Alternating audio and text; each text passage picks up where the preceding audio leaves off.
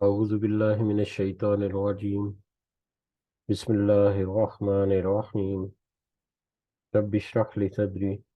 ويسر لي أمري واحلل عقدة من لساني يفقهوا قولي. رب يسر ولا تعسر وتمم بالخير. اللهم لا سهل إلا ما جعلته سهلا وأنت تجعل الحزن إذا شئت سهلا. اللهم انفعنا بما علمتنا وعلمنا ما ينفعنا وزدنا علما. آمين يا رب العالمين.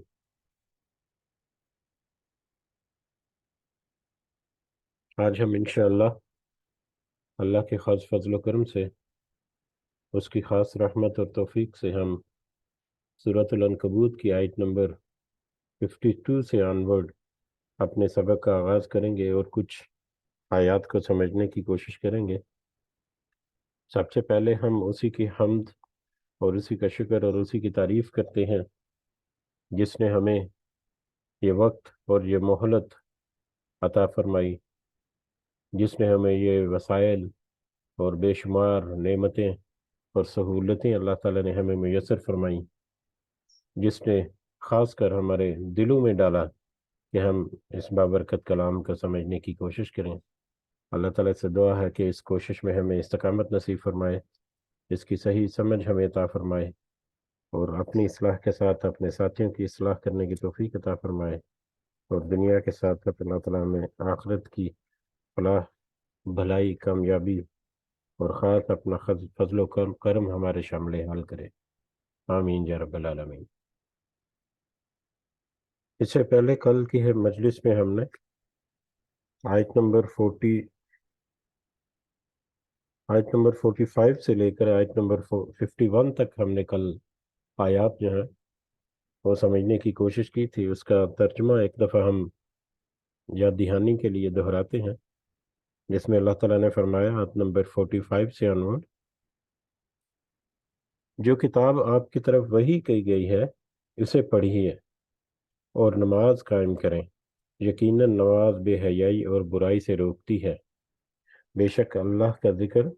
بہت بڑی چیز ہے، تم جو کچھ کر رہے ہو اللہ اس سے خبردار ہے۔ اور اہل کتاب کے ساتھ بحث و مباحثہ مت کرو مگر اس طریقہ پر جو کہ عمدہ ہو، مگر ان کے ساتھ جو ان میں ظالم ہیں، اور صاف اعلان کر دو کہ ہمارا تو اس کتاب پر بھی ایمان ہے جو ہم پر اتاری گئی اور اس پر بھی جو تم پر اتاری گئی، ہمارا تمہارا معبود ایک ہی ہے، ہم سب اسی کے حکم بردار ہیں، اور ہم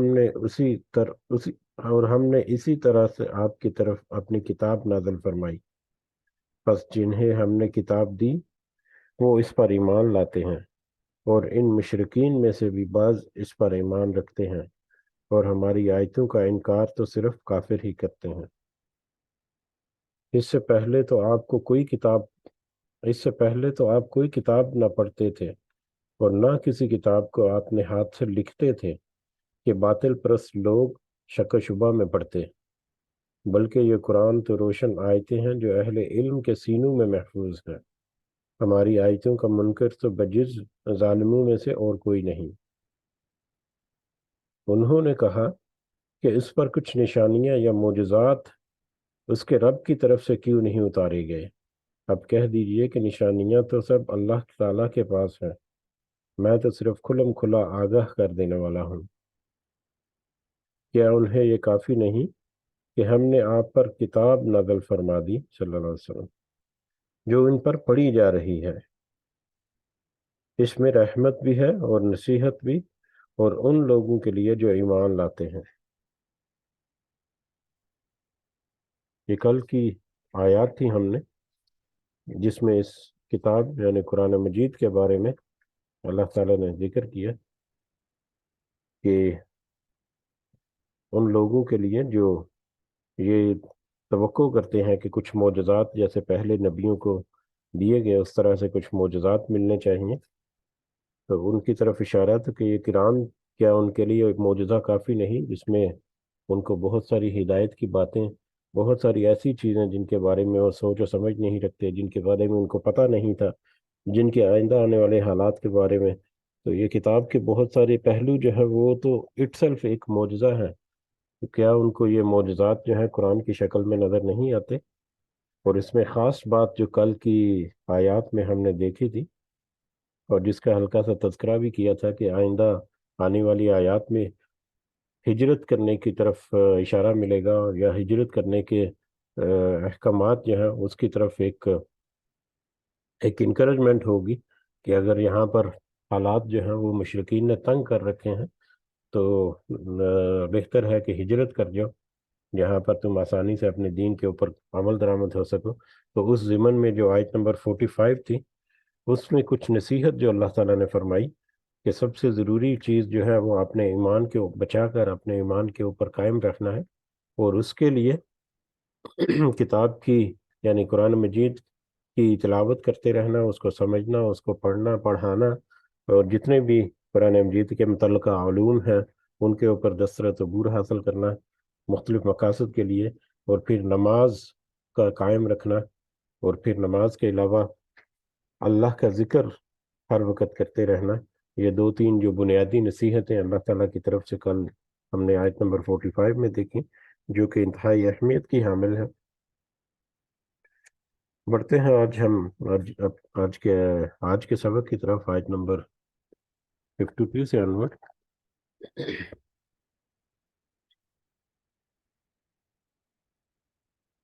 اعوذ باللہ من الشیطان الرجیم، قل کفا باللہ، آپ کہہ دیجئے کہ کافی ہے اللہ، بینی و بینکم شہیدہ،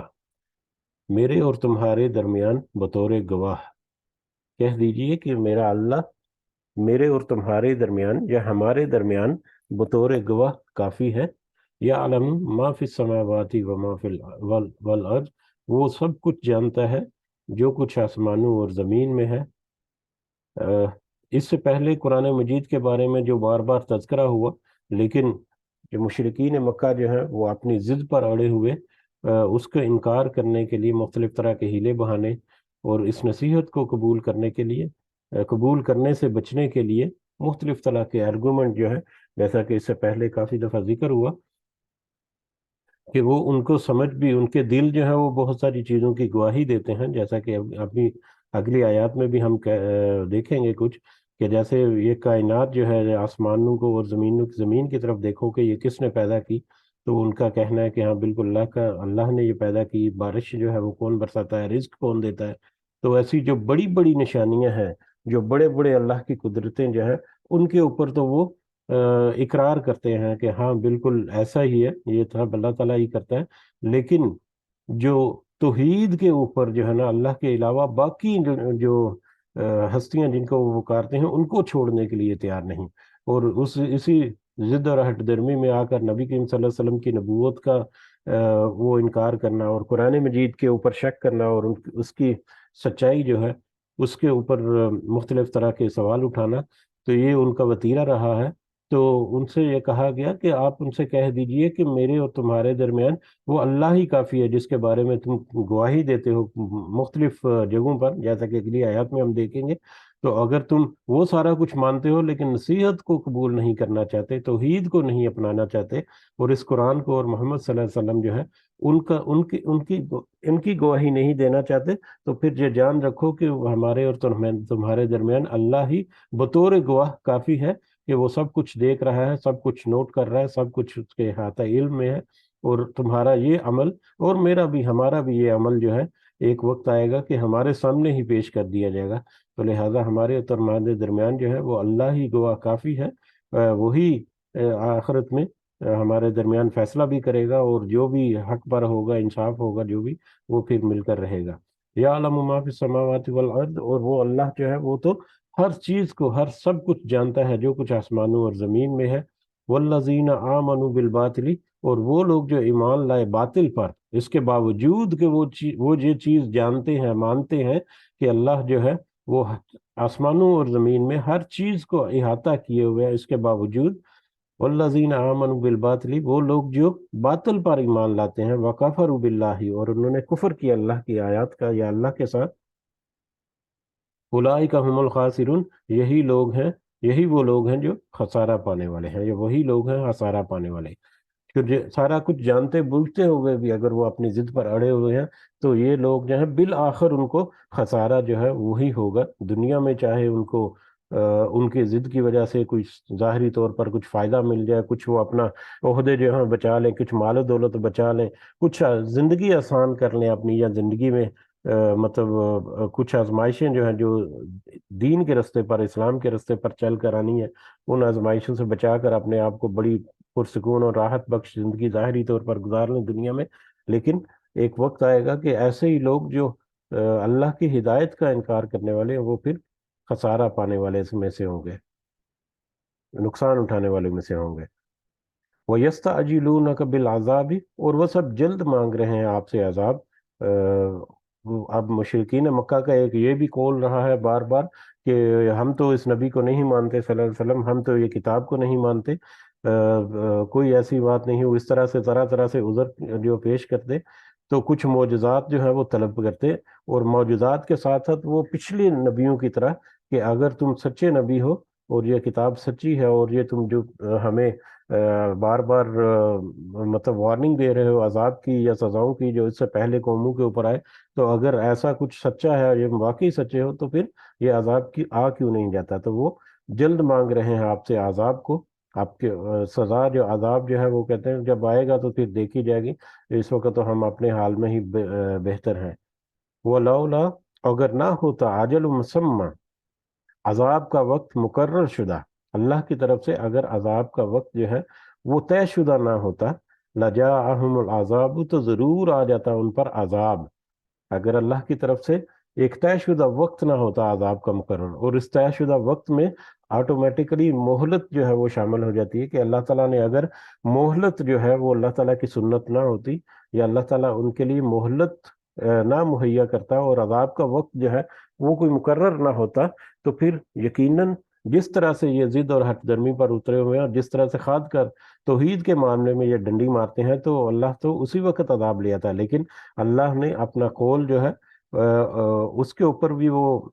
سچا ہے، اس کی ہر ہر قول، اس کا ہر ہر بات جو ہے وہ اس کی طرف سے وعدہ ہے، اور اللہ کی طرف سے یہ بھی وعدہ ہے کہ نصیحت کے بعد ایک مقررہ وقت تک مہلت بھی دے رکھتا ہے، اور اس مہلت کے درمیان اگر کوئی فائدہ اٹھا لے، نصیحت کو قبول کر لے، تو وہ تو بچ جاتا ہے، وگرنہ وہ عذاب سے دوچار ہوتا ہے، اور عذاب سے دوچار اس دنیا میں ظاہری طور پر کوئی اس کو نہ بھی ملے، لیکن ایک وقت ضرور آتا ہے کہ وہ، جیسا کہ ابھی اوپر ہی آیت میں کہا کہ وہ خزارہ پانے والوں میں سے ہوں گے، کہ ایک وقت ایسا ضرور آئے گا کہ جس میں پھر ان کو ہر طرح کے عذاب سے دوچار کر دیا جائے گا۔ تو اگر اللہ کی طرف سے کوئی مہلت مقرر نہ کی گئی ہوتی، یا عذاب کا وقت مقرر نہ کیا گیا تھا کہ ایک مقررہ وقت کے اوپر ہی یہ عذاب یا یہ سزا یا یہ وقت، ہر چیز جو ہے وہ طے ہونی ہے، تو پھر جس طرح سے کہ ان کا کردار ہے، ہو سکتا ہے ان کے اوپر تو اسی وقت عذاب آ جاتا ہے۔ اور یہ احسان ہے اللہ تعالیٰ کے، اس نے مہلت دے رکھی ہے کہ جو اس مہلت سے فائدہ اٹھائے وہ کامیاب ہے، اور جو اس مہلت کو ضائع کر دے وہ پھر خسارہ پانے والوں میں سے ہے۔ وَلَا يَأْتِيَنَّهُمْ بَغْتَةً، اور بلا شبہ یقیناً وہ آئے گا ان پر، وہ کون؟ یعنی وہ عذاب جو ہے بلا شبہ ان کے اوپر آ جائے گا، بغتتاً، اچانک، اچانک سے وہ وارد ہو جائے گا ان کے اوپر عذاب، وَهُمْ لَا يَشْعُرُونَ، اور اس حال میں کہ وہ اس کا شعور ہی نہ رکھتے ہوں گے، اور یہ جب عذاب آئے گا تو اس قدر اچانک ہوگا کہ وہ ششدر رہ جائیں گے، کہ وہ اس چیز کا ادراک ہی نہیں کرتے ہوں گے، شعور ہی نہ رکھتے ہوں گے کہ یہ ہمارے ساتھ کیا ہو گیا۔ وقت عذاب کا وقت جو ہے یا سختی کا وقت جو ہے وہ جب بھی آتا ہے وہ اتنا اچانک لگتا ہے کہ انسان کو لگتا ہے کہ ہمیں تو مہلت ہی نہیں دی گئی، یا ہمیں تو کچھ وقت اور ملنا چاہیے تھا کہ ہم سمجھ جاتے۔ تو جتنی مرضی عمر جو ہے وہ گزار لیں، جب یہ عذاب کا وقت، یہ مطلب نبی کریم صلی اللہ علیہ وسلم یا اس کے بعد کی امتوں میں، لیکن اس سے پہلے کی امتیں جو ہیں ان میں بھی عذاب کا وقت جو ہے دنیا میں بھی آیا، دنیا میں نیست و نابود ہو گئی قومیں، لیکن اب جو ہے وہ عذاب کی مختلف شکلیں جو ہے وہ رائج ہیں، جیسے کہ کہا جائے کہ جنگ بدر جو ہے، جو پہلا مارکا تھا مسلمانوں اور کافروں کے درمیان، وہ بھی ایک اس کو بھی علماء جو ہے وہ عذاب کہتے ہیں مشرکین کے اوپر، کہ جس میں 70 سے زیادہ ان کے سردار مارے گئے، اور مکہ کا کوئی گھر ایسا نہیں تھا کہ ان کا کوئی بندہ جو ہے وہ مارا نہیں گیا تھا اس جنگ میں، تو وہ بھی عذاب کی ایک شکل تھی۔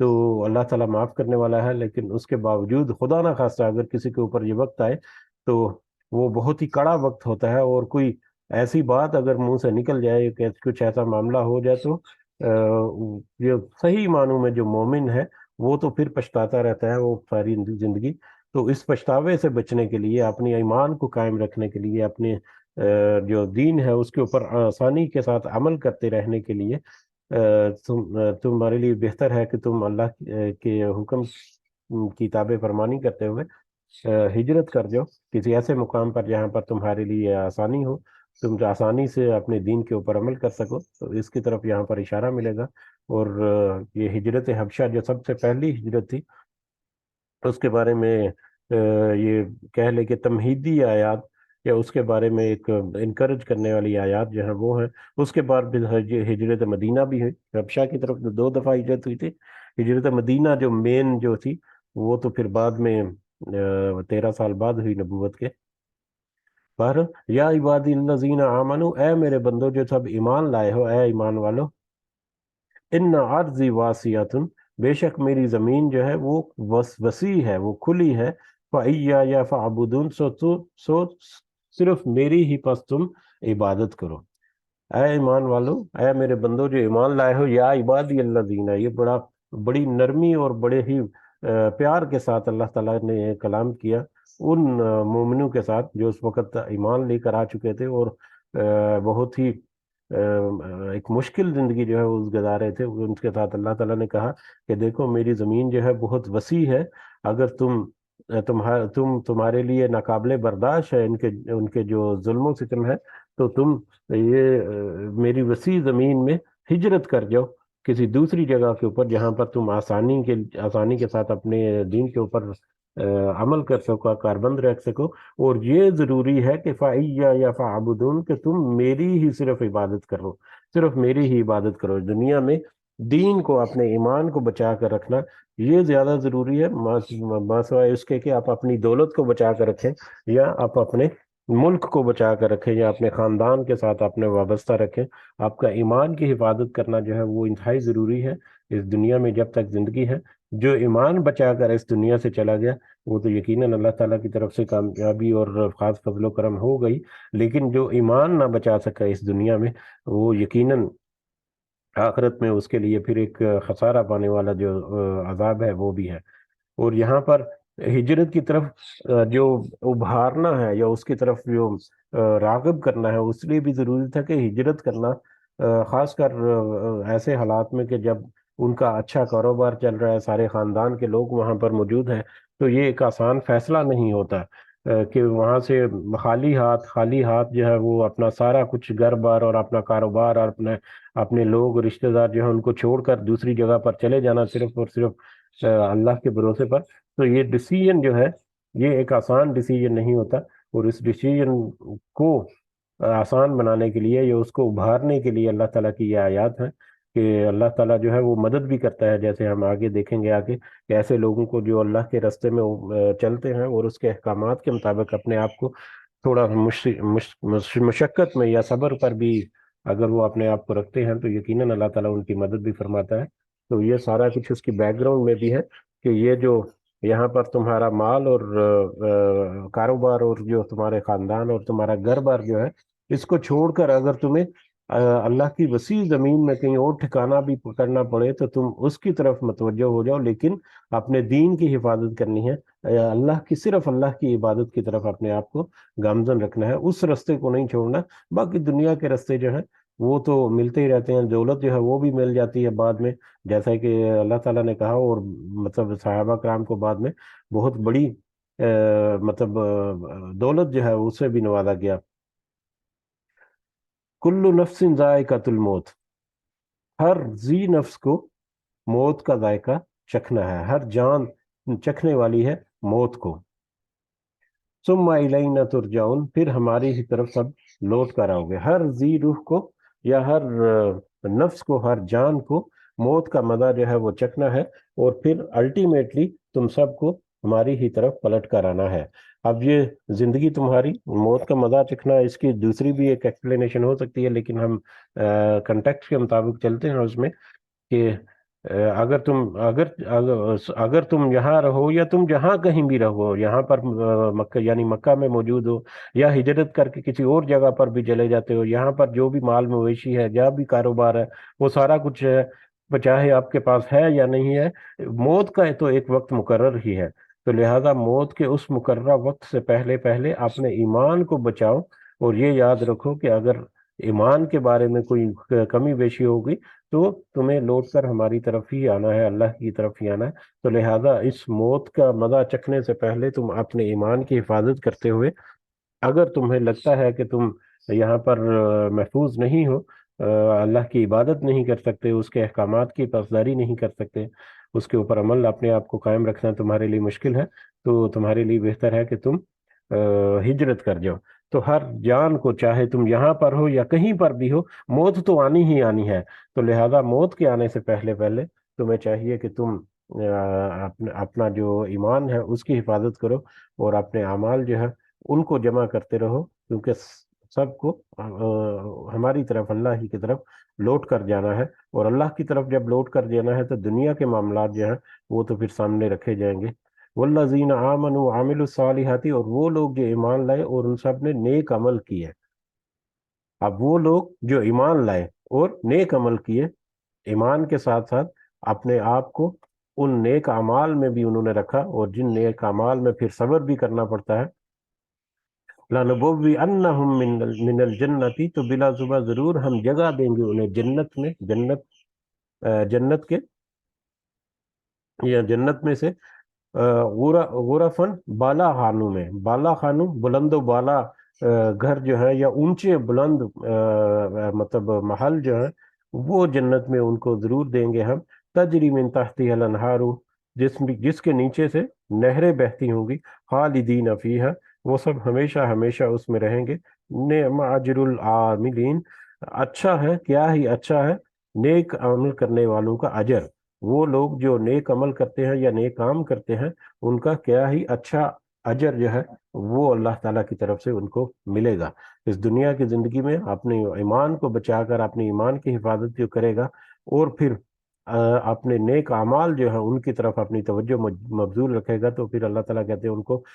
جنت میں بلند و بالا ان کو محلات جو ہیں وہ ملیں گے، جن کے نیچے سے نہریں بہتی ہوں گی، اور وہ اس میں ہمیشہ رہیں گے کہ وہاں سے ان کا دل نہیں بھرے گا، اور وہ وہاں پر اکتائیں گے نہیں، اس زندگی میں وہ ہمیشہ ہمیشہ رہیں گے۔ یہ آیت متشابہات میں سے ہمیں پتہ ہے، لیکن یہ ایک لینڈسکیپ جو ہے، یہ اس کا ذکر جو ہے وہ جگہ جگہ پر کیا گیا اللہ تعالیٰ کی طرف سے، کہ دنیا میں آج ہم اس زمین پر، روئے زمین پر اگر دیکھیں تو ایک ایک رہنے کی جگہ جہاں پر سر سبز و شاداب کوئی بلند چوٹیاں ہیں، اور اس میں ایک واٹر پیسج، واٹر فال، نہریں اور آبشاریں وغیرہ جو وہ بھی بہہ رہی ہیں، اور مطلب ایسی لینڈسکیپ جو ہے وہ یہاں پر کتنی قیمتی اور کتنی وہ پرکشش اور کتنی وہ مسحور کن اور آرام دہ اور نظاروں سے بھرپور ہے۔ تو یہ صرف اشارہ تر ہے اللہ کی طرف سے وہاں پر کیسے نظارے ہوں گے، ان کا تو یہاں پر ہم مطلب اندازہ بھی نہیں لگا سکتے، ہمارے وہم و گمان میں بھی نہیں آ سکتے۔ بہرحال ایسے بلند بالا مقامات جہاں سے وہ پھر نیچے نہریں بھی بہتی ہوں گی، اور یہ سارا کچھ جو ہے ان کے ان اچھے اعمال کی وجہ سے جو انہوں نے دنیا میں کیا، اور ان اعمال میں یہ ضرور ہے کہ اس میں کچھ صبر بھی ہے، کچھ کمپرومائز بھی ہے، کہ انہوں نے دنیا کی سہولیات کو کچھ ٹھکرا دیا اللہ کی راستے میں چلنے کے لیے، کچھ ہجرت کے خاص کر اگر دیکھیں اس کے پہلو میں، کہ اپنے گھر بار کو اور اپنے کاروبار کا چھوڑ کر انہوں نے خالی ہاتھ اگر اللہ کو، صرف اللہ کی رضا کی خاطر یا اپنے دین کو بچانے کے لیے اگر انہوں نے کیا، تو یقیناً ایسے لوگ جو ہیں ان کو ایک بڑا عظیم اجر جو ہے وہ ملنے والا ہے۔ الذین صبروا، اور یہ اجر کن کو ملے گا؟ الذین صبروا، جن سب نے صبر کیا،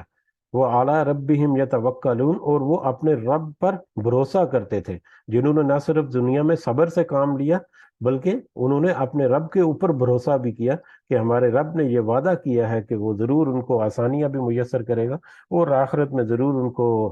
جنت الفردوس یا جنت کے اعلیٰ درجات جو ہیں وہ ان کو ملیں گے۔ تو ان اللہ کے وعدوں کے اوپر بھروسہ کرتے ہوئے انہوں نے